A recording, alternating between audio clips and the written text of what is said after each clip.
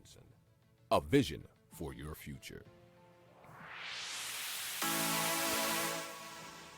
Le journal des stratèges.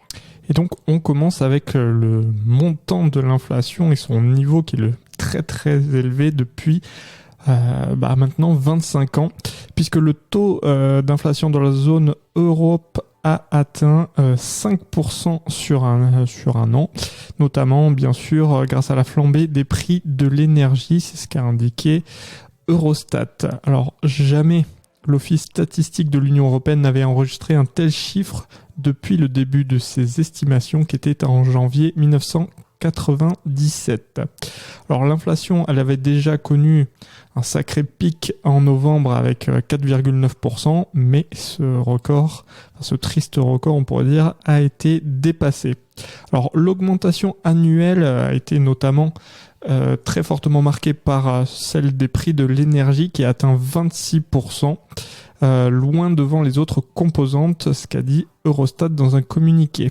Alors les tarifs de l'alimentation, de l'alcool et du tabac ont tout autant progressé, mais pas aussi énormément avec 3,2%, ainsi que pour les biens industriels 2,9% et les services 2,4%.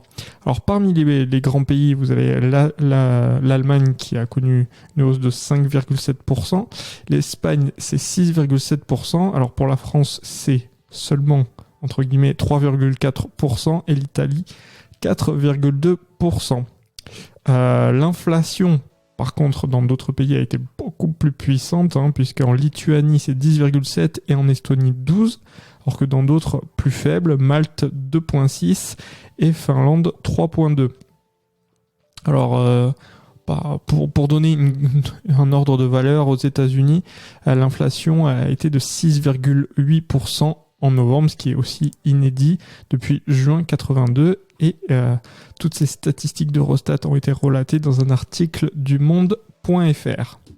Si vous aimez cette revue de presse, vous pouvez vous abonner gratuitement à notre newsletter qui s'appelle La Lettre des Stratèges, LLDS, qui relate, et cela gratuitement, du lundi au vendredi, l'actualité économique, technologique, énergétique, mais aussi de l'hydrogène, et puis de tout ce qu'on trouvera super intéressant pour votre vie.